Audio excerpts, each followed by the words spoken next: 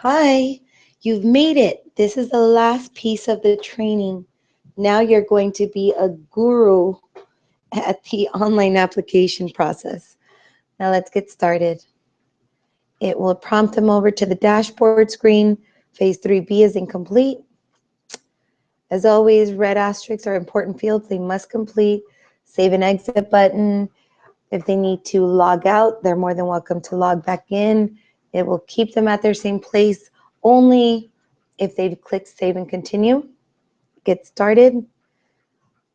First screen that it will prompt them to is the employee handbook that they're going to acknowledge that they will be receiving a handbook.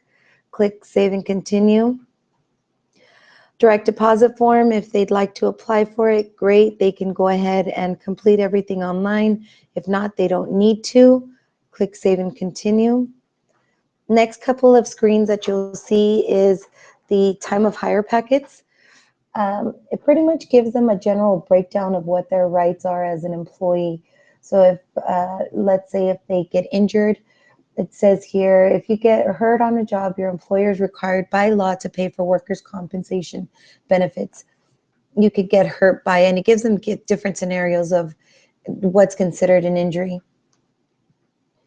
Also, any disability benefits, how everything is broken down, permanent disability benefits. So it goes into detail. How they should report an injury and who they should be reporting it to.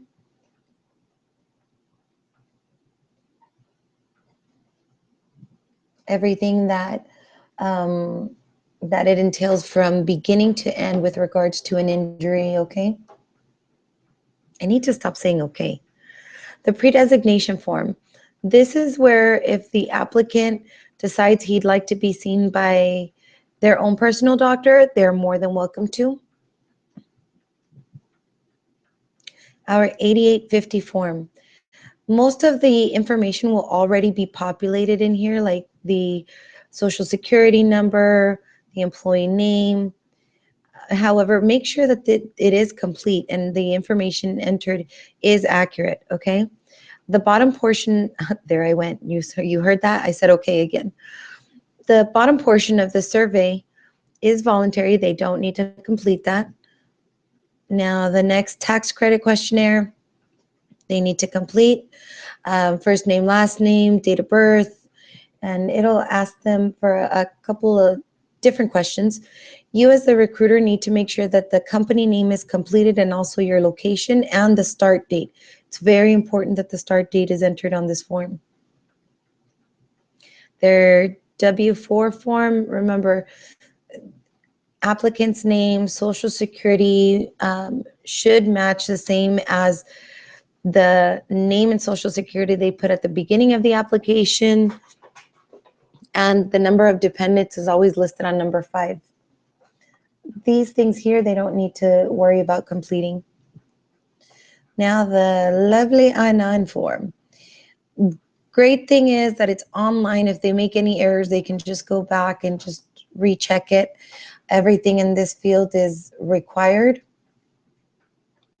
They need to skip this page.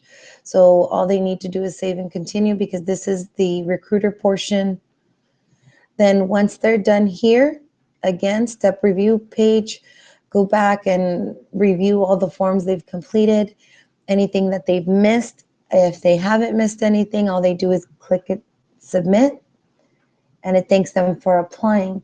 Now, as the recruiter, make sure that before this applicant is long gone from the office, you review that the I-9 matches the address, social security, name is correct with the original part of the application. Same goes for the W-4.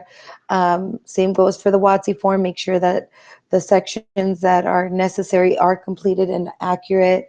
The company name is included. And as far as the employee handbook acknowledgement, the time of hire part 1 and 2, that the employee has the signatures on there, the names are correct, and everything matches.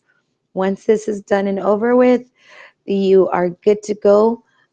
There's a couple of forms that we're going to be reviewing individual forms. These unfortunately aren't uploaded into the system yet, but they are very, very important forms that we need to make sure that they're completed. But as far as the applicant online recruiter training, this is it. Now what we're going to do is make sure that you were paying attention and I wasn't boring you to death. So I'm going to have you apply as the applicant. As the recruiter, you will be pushing the applicant through all the 3 different phases, and we'll see how you do. Good luck.